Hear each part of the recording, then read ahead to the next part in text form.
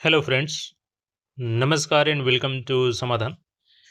साथियों, उम्मीद है कि आप सब अच्छे होंगे और साथ ही साथ आपकी स्टडी भी अच्छे से चल रही होगी। बिहार कर्मचारी चयन बीएसएससी और खास करके सेकंड इंटर लेवल वैकेंसी की बात करें 10+2 तो 2023 में ये वैकेंसी आई थी और तब से आप सबका इंतजार है कि एग्ज़ाम कब होगा।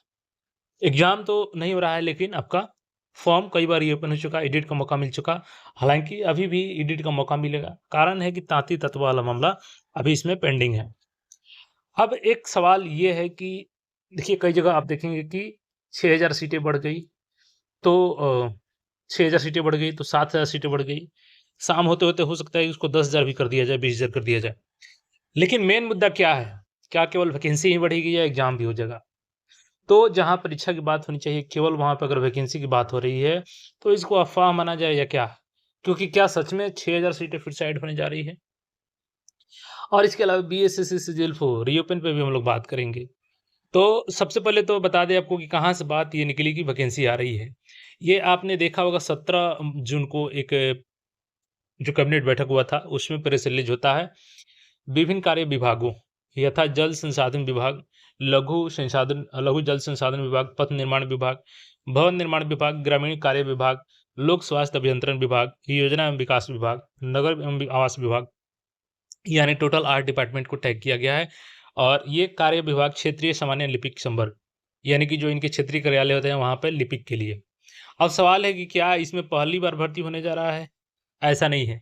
इनका संवर्ग पहली बार बनाया जा रहा है, लेकिन ऑलरेडी इसमें एलडीसी वर्क कर रहे हैं। अब मैं आपको एक प्रूफ़ दिखाता हूँ कि जो 6000 का आंकड़ा दिया जा रहा है, क्या ये पॉसिबल है?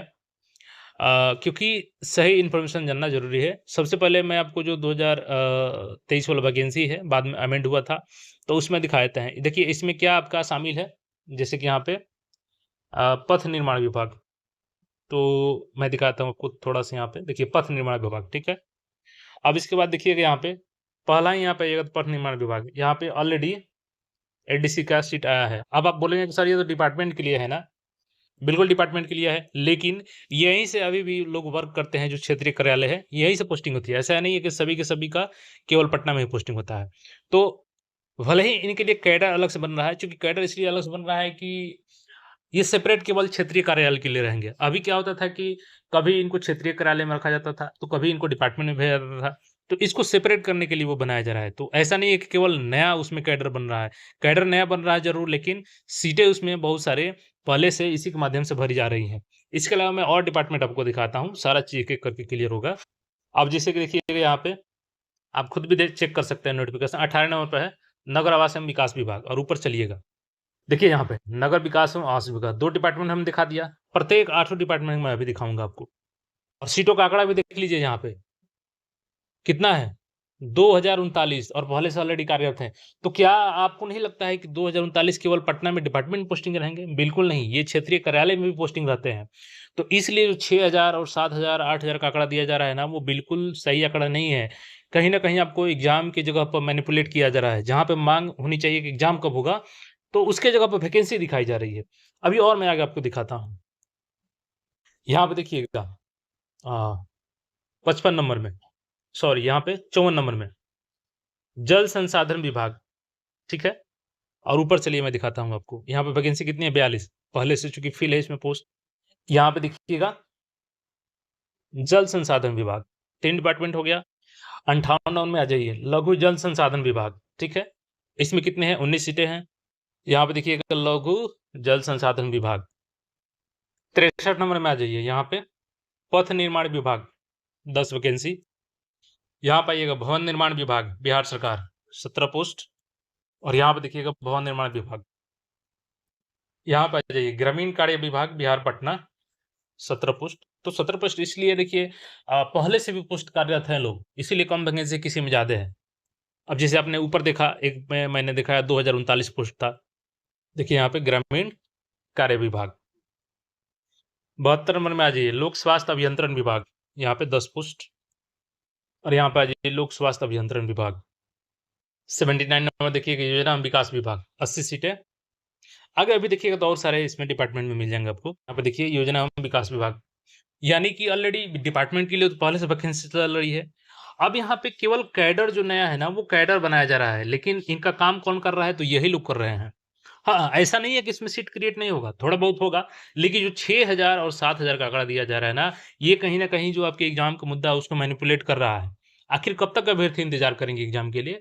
आप झूठ-मूठ के 6000, 5000 वैकेंसी करते रहिए, 7000 वैकेंसी करते रहिए, उससे क्या फ़ायदा होने वाला है?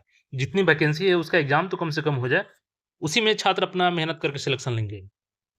अब यहीं पे देखिए ना, नगर विकास एवं आवास विभाग, तो क्या 2039 केवल डिपार्टमेंट में काम करते हैं? नहीं, क्षेत्रीय कार्यालय में भी करते हैं। अब इनके लिए भी क्षेत्रीय कार्यालय बन रहा है, तो ज़ाहिर-सी बात है कि थोड़ा बहुत सिटी आएँगी, ऐसी नहीं है कि नहीं आएँगी। एक और वैकेंसी मैंने कुछ दिन पहले आपको बताया भी था कि उसमें आएँगी, क्लियर वो मेंशन किया गया था, जब कैबिनेट बैठक हुई थी इसकी पिछली बार। मैं वो दिखाता हूँ, देखिए यहाँ पे, ये वाणिज्य कर विभाग का था। देखिए यहाँ पे वाणिज्य कर विभाग का था और इसमें क्लियर बताया गया था कि जो क्षेत्रीय कार्यालय है उसके लिए जो अधियाचना है वो कर्मचारी चयन आयोग वर्तमान में निकाली गई इंटर स्तरीय विज्ञापन में सम्मिलित कर लिया जाएगा। तो कुछ सीटें ऐड होंगी, ऐसी नहीं है। लेकिन सवाल यही है कि 6000 और 7000 वैकेंसी अपने से दिखाने से ये जो एग्जाम का मुद्दा है ना, कहीं न कहीं ये धूमिल होता है। ये मुद्दा दब जाता है। जब भी छात्र एग्जाम के बारे में सोचते हैं तब 6000 7000 वैकेंसी की बात आती है। तो ये कहीं न कहीं मैनिपुलेट करता है। जो रियल चीज़ें हैं वही दिखानी चाहिए। आप वैकेंसी दिखाइए लेकिन एग्ज़ाम के मुद्दे की भी बात उठाइए। आखिर कब तक वैकेंसी ऐड होगी? जहाँ तक बीएससी सीजीएल 4 की बात करें तो उसमें भी अब जैसे बीएससी सीजीएल 4 की रीओपन की बात करें, तो इसमें भी कई लोग क्या बोलते हैं कि जैसे अभी जो आफ्टर एग्ज़ाम यानी कि पोस्ट एग्ज़ाम प्रोसेस वाला जो टेंडर था, बोलते क्या है लोग कि इसका डेट बढ़ गया ना, इसीलिए फॉर्म रीओपन नहीं हो रहा है। अब देखिए ये एग्ज़ाम प्रोसेस मतलब कि पोस्ट एग्ज़ाम के लिए यानी कि जो एग्ज़ाम देंगे आप तो ओएमआर शीट स्कैनिंग ये सब के लिए है। इसका वेबसाइट ओपन से कोई लेना-देना ही नहीं है। अब आप क्यों ऐसा बोलते हैं? या तो आप हो सकता है अनजाने में बोल रहे हैं। अगर अनजाने में बोल रहे हैं फिर भी आप छात्रों को बहुत बड़ा नुकसान कर रहे हैं। क्यों कर रहे हैं कि ऐसा आप बोल के ना कि अभी टेंडर फाइनल ही नहीं हुआ है तो वेबसाइट कहाँ से ओपन होगा? तो मैं आपको बता दूँ वेबसाइट क्रिएशन के लिए 27 अप्रैल को ही टेंडर पास हो चुका था। और जब आप लोग बार-बार ये बोलते हैं कि जो पोस्ट एग्ज़ाम वाला टेंडर है, पोस्ट एग्ज़ाम प्रोसेस के लिए, उसको आप लोग बोल देते हैं कि ये फाइनल नहीं हुआ है सभी टेंडर इसीलिए रीओपन नहीं हो रहा है। कहीं न कहीं आप एक फ़ील्ड दे दे रहे हैं बीएसएससी को बैटिंग करने के लिए और उस चक्कर में आप अभ्यर्थियों का फ़ील्डिंग सेट कर दे रहे हैं। तो कृपया इन बातों से आप लोग बचें कि सभी टेंडर पास नहीं हुआ है इसलिए रीओपन नहीं हो रहा है। नहीं, ऐसा नहीं है। वेबसाइट क्रिएशन का काम तो ऑलरेडी जो 27 अप्रैल को था, उसी टेंडर वाली कंपनी को दिया गया था। तो आखिर क्यों ये लोग डिले कर रहे हैं जानबूझ करके? 15 जून को मंत्री जी भी बोले थे कि रीओपन हो जाएगा 15 जून के बाद। आज हो गया आपका 19 जून। तो इसके लिए आवाज़ उठानी चाहिए कि जल्द से जल्द पोर्टल ओपन हो। क्योंकि आयोग भी और सरकार भी यही चाहती है कि जितना डिले होगा ओपन करने में, आगे हमको मौका मिल जाएगा। 1 महीने फॉर्म के लिए दे देंगे समय, इसी में निकल जाएगा हमारा जुलाई-अगस्त। फिर आप देखते रहिए कि एग्ज़ाम कब होता है।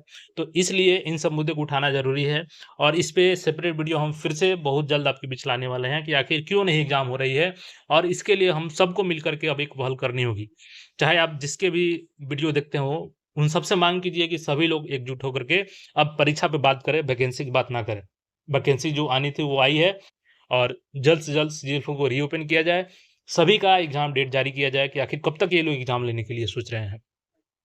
कब तक आखिर आप लोग 6000 7000 वैकेंसी के पीछे पड़े रहेंगे?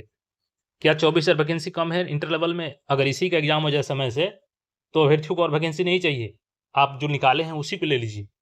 बाकी आपका इस पे जो भी सोचना है, कमेंट करके ज़रूर बता सकते हैं और अभी चूँकि देखिएगा टेलीग्राम 22 जून तक बंद है, सामान्य रूप से। उसके बाद हो सकता है कि रीओपन हो जाएगा। लेकिन फिलहाल मैंने एक व्हाट्सएप चैनल बना दिया आप सबके रिक्वेस्ट पे। लिंक मैं कमेंट में पिन कर देता हूँ, वहाँ से आप लोग जॉइन कर लीजिए। बाकी आपका जो भी क्वेरी हो, कमेंट करके बताइए और फिर हम लोग बहुत जल्द मिलेंगे नए वीडियो के साथ। तब तक आप लोग अपनी पढ़ाई को जारी रखें और चैनल को सब्सक्राइब करके जुड़े रहें।